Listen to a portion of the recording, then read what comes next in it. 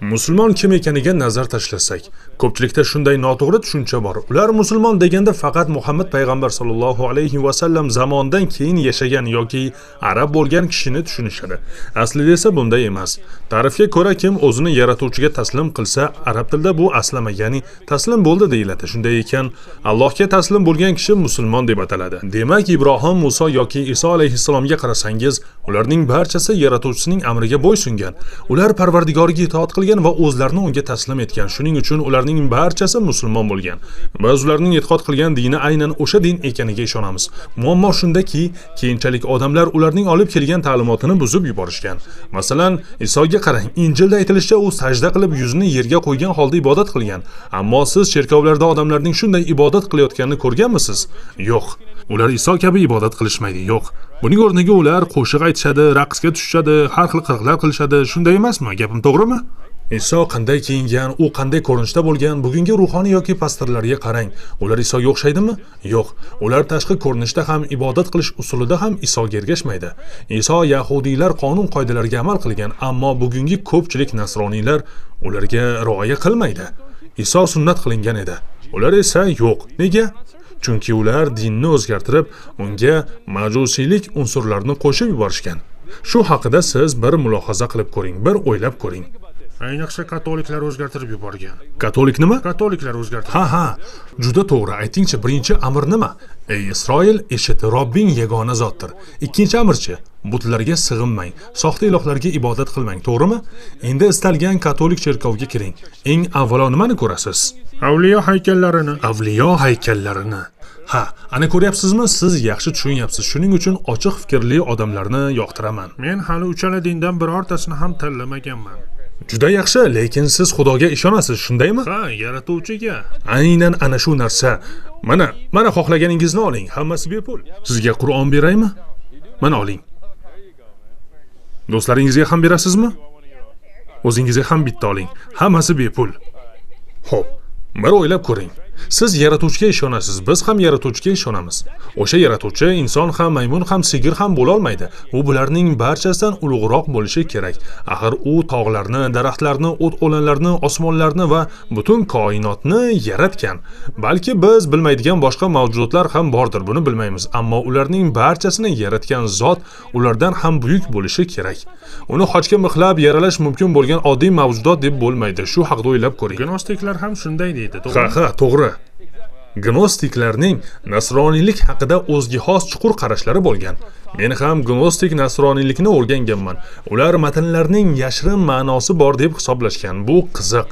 Lekin muammo shundaki, gnostik bo'ling yoki bo'lmasangiz ham nasroniy aqidasiga amal qilsangiz baribir Injilga tayanasiz. Gnostiklar kabi undan yashirin ma'no izlaysizmi yoki ko'pchilik nasroniylar va katoliklar kabi ochiq ma'nosini olasizmi, farqi yo'q. Muammo shundaki, Injil buzilgan.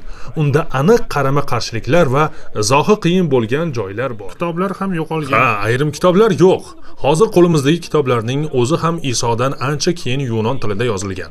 Ularni havoriylarning o'zi yozmagan. Masalan, Butrus haqida o'qisangiz, havoriylarning ko'pchiligi savodsiz bo'lgan. Ular baliqchi va aramiy tilida so'zlashuvchi odamlar edi. Ba'zilari, masalan, Matto o'qish yozishni bilgan bo'lishi mumkin, lekin Matto bayon qilgan xushxabarni uning o'zi yozmagan. Buni internetdan ham tekshirishingiz mumkin. Masalan, doktor Bart Ehrmanning tadqiqotlarini o'qishingiz mumkin. Bu kitoblar noma'lum mualliflar tomonidan yozilgan. Bu meni Injilim. Ko'rib turganingizdek, uni ko'p o'qiganman. Endi Isoning nasabnomasiga qarang. Bu Matto kitobida yozilgan. Xohlasangiz suratga olib qo'ying, keyin uyga borib o'zingiz tekshirib ko'ring. Buni men o'ylab topganim yo'q. Matto kitobiga qaraylik. Bu King James tarjimasi. Matto 1:16 da shunday yozilgan.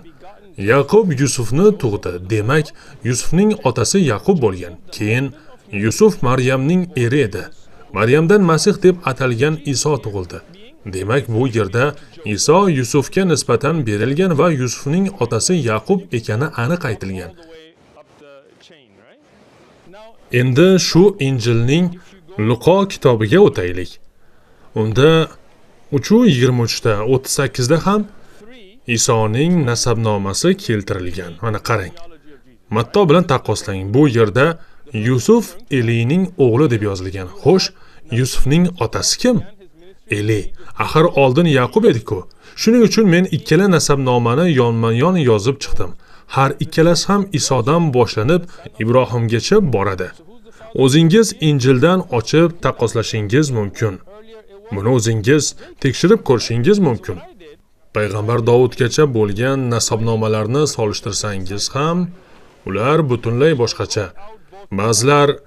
Ba'zilar bir odamning ikki xil ismi bo'lgan deb izoh berishga urinadi yoki bittasi Maryamning nasabnomasi deydi, lekin matnda aniq falonchining o'g'li va falonchidan tug'ilgan deb Yusuf haqida gap ketmoqda. Maryam haqida emas. Bir joyda Yusuf Yaqubning o'g'li, Matanning nabirasi, Elazarning chevarasi, boshqa joyda esa Yusuf Elining o'g'li, Matatning nabirasi, Levinning chevarasi, ismlar butunlay boshqacha. Bundan tashqari Ibrohim bilan Iso orasidagi avlodlar soni ham bir xil emas. Birida 43 ta, ikkinchisida esa 56 ta. Xohlasangiz bularni o'zingiz suratga olib, keyin tekshirib ko'rishingiz mumkin. Ha, suratga oling. O'zingiz tekshirib ko'rasiz bularni. Bizning uyda Injil kitobi bor. Juda yaxshi. Uyga borgach albatta tekshirib ko'ring.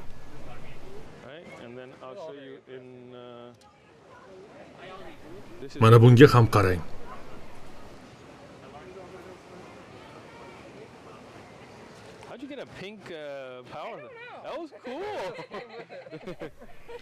Xo'sh, keyin yana bir misol ko'rsataman. Men uyimdagi Injilda shunga o'xshash 50 dan ortiq qarama-qarshilikni belgilab qo'yganman.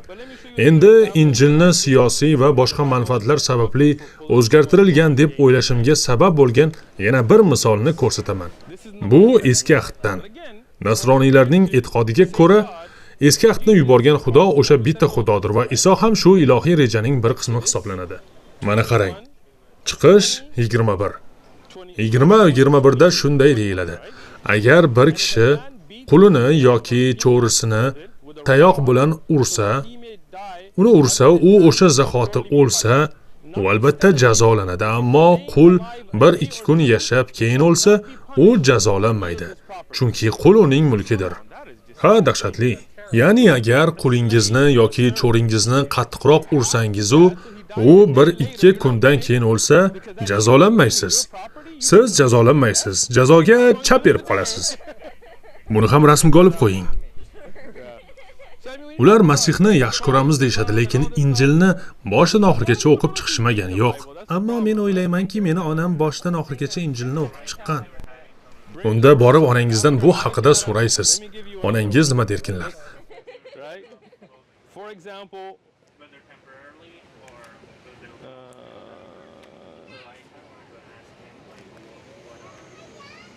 I have too many. Please take it. Take it. It's all free. This is Mana Shohlar Samuel 1:15-3. Borib omoldek xalqiga hujum qil. Ularga tegishli hamma narsani butunlay yo'q qil. Hech kimni ayama. Erkakni ham, ayolni ham, go'dakni ham, emizikli bolani ham, ho'kizni ham, qo'yni ham, tuyani ham, eshakni ham o'ldir. Yer yuzidan butunlay yo'q qilish haqida gap ketyapti. Hatto emizikli bolalarni ham, bitta emas, ayrimlarini emas, hammasini.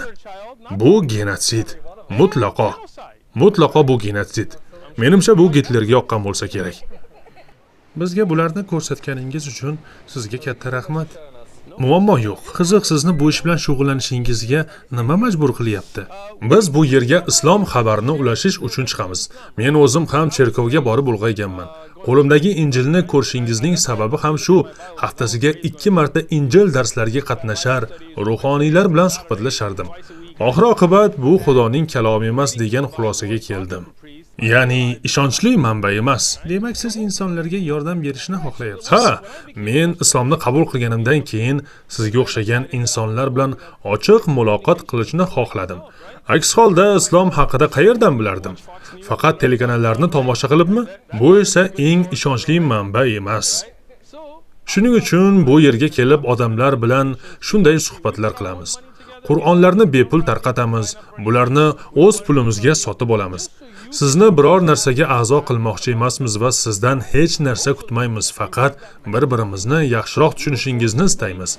Agar o'qib ma'qul topsangiz, bu sizni to'g'ri yo'lga boshlashi mumkin. Majburlash yo'q. Axir yaratuvchini borligiga ishonishingizni aytdingiz.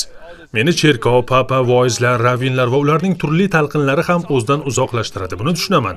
Ammo islom juda ruhiy din. Masalan, islomda tavba qilish uchun biror ruhoniy huzuriga borishingiz shart emas. Gunohingizni unga aytib, undan kechirim so'ramaysiz, yo'q. Aksincha, tavbani bevosita Allohning o'ziga qilasiz. O'zingiz yolg'iz ibodat qilasiz. Kechasi turib namoz o'qiysiz, hech kim ko'rmaydi. Qo'llaringizni ko'tarib duo qilasiz va Alloh sizni mag'firat qiladi. Mana shu juda go'zal xabar. Biz ana shu xabarni odamlar bilan bo'lishni istaymiz. Sizga katta rahmat. Kuningiz yaxshi o'tsin.